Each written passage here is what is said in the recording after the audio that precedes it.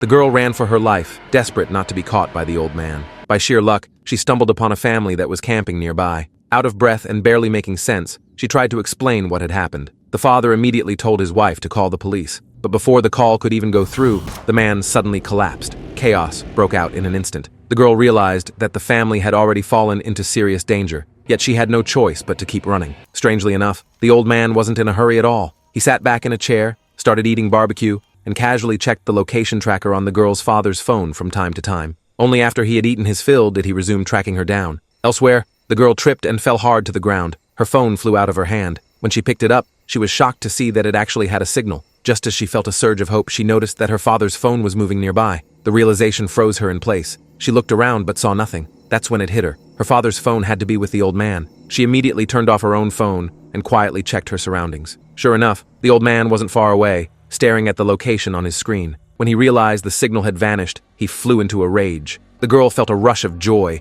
thinking she had finally lost him. But then another question hit her. How was she supposed to escape this forest? She was completely lost, and distant animal calls echoed nearby. Just then, she heard some movement. It turned out to be the son from the camping family. He was still alive. Their reunion felt almost unreal. They were overjoyed, believing they finally had someone to rely on. But things quickly took a darker turn. The boy had been seriously injured in the abdomen, leaving a large wound. Without immediate medical help, the consequences would be unthinkable. All they could do was cling to each other through the night. By the next morning, the boy no longer had a pulse. Meanwhile, the police used identification records to locate the girl's home. After learning of her husband's death, the mother was overwhelmed with grief. But the most urgent task now was finding her daughter. Because the mother was pregnant, the police accompanied her as they searched through the jungle. Elsewhere, the girl continued wandering aimlessly through the forest. If this went on, she would eventually starve. At that moment, she suddenly came up with an idea.